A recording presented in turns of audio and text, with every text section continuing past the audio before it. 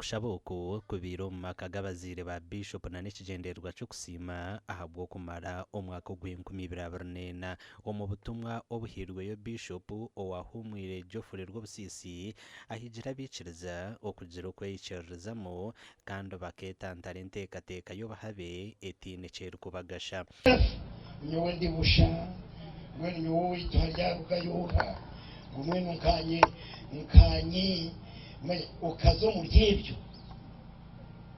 That's negative. Ruhango wakwangire is never going to fail you.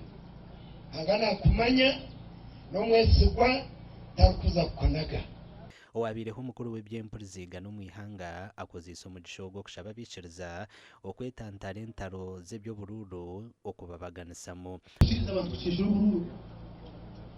Chiza bakijoma tena mustere kurungi tujumane tuterane bikonde bibi bitube turi abanywani ebya intimidation byo kutira munanga enyonda zakwija okushaboku kwetabirwemo abantu batari bamwe na bamwe abebembezi b'edini abakozi ba government hamwe n'abanyaby'obutegetsi. We want effective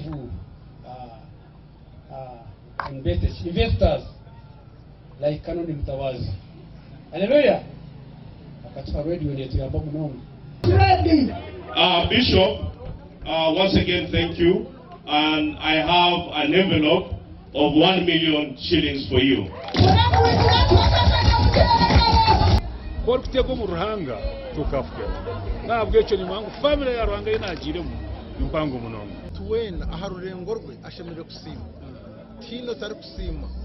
Habwo kuba ogwo mwisi ogwo twine nebyo turi kureba byona ntubireba habwa ruhanga.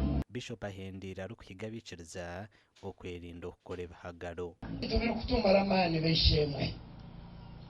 Konka kubiri kumara amani. And it is true, naturally, human beings kutugira ubwoba tuwa. Amakuru agagasha kwa Anthony Atwine.